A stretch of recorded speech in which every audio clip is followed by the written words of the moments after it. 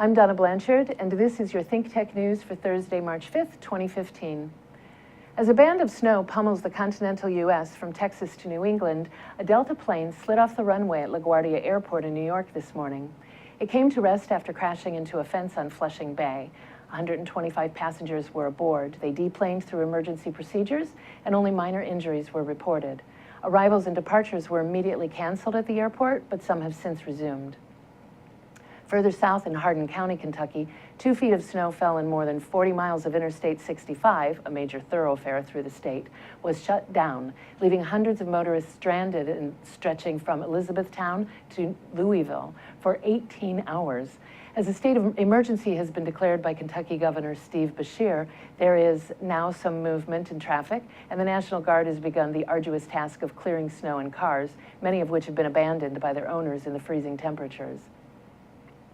The U.S. ambassador to South Korea, Mark Lippert, was attacked by a man with a 10-inch knife and sustained injuries to his face and left arm and hand. The attacker, Kim Ki-jong, had received a suspended 2-year prison term for an attack on the Japanese ambassador to South Korea in 2010 and has been known to stage nationalistic one-man protests. It's believed that he acted alone in this attack. He told reporters at the scene that he attacked Mr. Lippert to protest the annual joint military exercises that the U.S. started this week with South Korea. After surgery, which included 80 stitches to his face, Mr. Lippert is expected to recover fully. The last Ebola patient in Liberia has been discharged from a treatment center.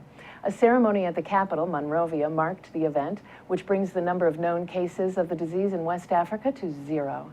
The World Health Organization reports that more than 9,800 people have died worldwide from the disease, more than 4,100 of those in Liberia. The authorities caution people to still protect their villages and towns by reporting any suspicion of Ebola to health teams, and more than 100 people are still being tracked for exposure to the virus, but as of today, no new cases have been confirmed inside Liberia. Today is the 42nd day marker since the last known infection. 42 days is twice 21 days, which is the longest incubation period. In Saudi Arabia, Secretary of State John Kerry sought to reassure Saudi Arabia and other Gulf states that the negotiation of nuclear accord with Iran would not lead the Obama administration to let down its guard against any Iranian interference in the region. Mr. Kerry said at a news conference today that the administration was committed to standing up to Iran's intervention. Helene Cooper of the New York Times today reported that this is a startling paradox emerging as President Obama is becoming increasingly dependent on Iranian fighters as he tries to contain the Islamic State militant group in Iraq and Syria without committing American ground troops.